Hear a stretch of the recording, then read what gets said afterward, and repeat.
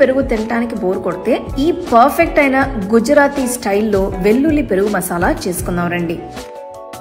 ముందుగా మసాలా చేసుకోవడానికి చిన్న రోల్లో గుప్పెడు వెల్లుల్లి రెబ్బలు, 3 టీ స్పూన్ల కశ్మీరీ కారం వేసి కాస్త కచ్చా పచ్చగా దంచుకుని పక్కన పెట్టుకోవాలి. రోలు లేదనుకుంటే మీరు మిక్సీలో కూడా పట్టుకోవచ్చు. తర్వాత 400 గ్రాములు పెరుగు తీసుకుని మెత్తగా ఎంతవరకు విసి చేసుకోవాలి. ఆ తర్వాత పాన్ లో 3 టీ స్పూన్ల నూనె వేడి చేసుకుని ఆవాలు, జీలకర్ర వేసి వేగనివ్వాలి. ఆవాలు చిటపలాడిన తర్వాత చిటికెడ ఇంగువ, కొన్ని కరివేపాకులు వేసి వేపాలి. తర్వాత సన్నగా తరిగిన ఉల్లిపాయలు, 2 పచ్చిమిరపకాయలు వేసి ఉల్లిపాయలు మెత్తగా అయ్యేంత వరకు వేపాలి. ఇప్పుడు ఇందులోకి కొద్దిగా పసుపు, ధనియాల పొడి, జీలకర్ర పొడి, ఉప్పు వేసుకోవాలి. తర్వాత దంచుకున్న వెల్లుల్లి కారం మసాలా వేసి చిన్న మంటలో 2 నిమిషాలు కుక్ చేసుకోవాలి. ఆ తర్వాత కొద్దిగా నీళ్లు పోసి కలుపుతూ కుక్ చేయాలి.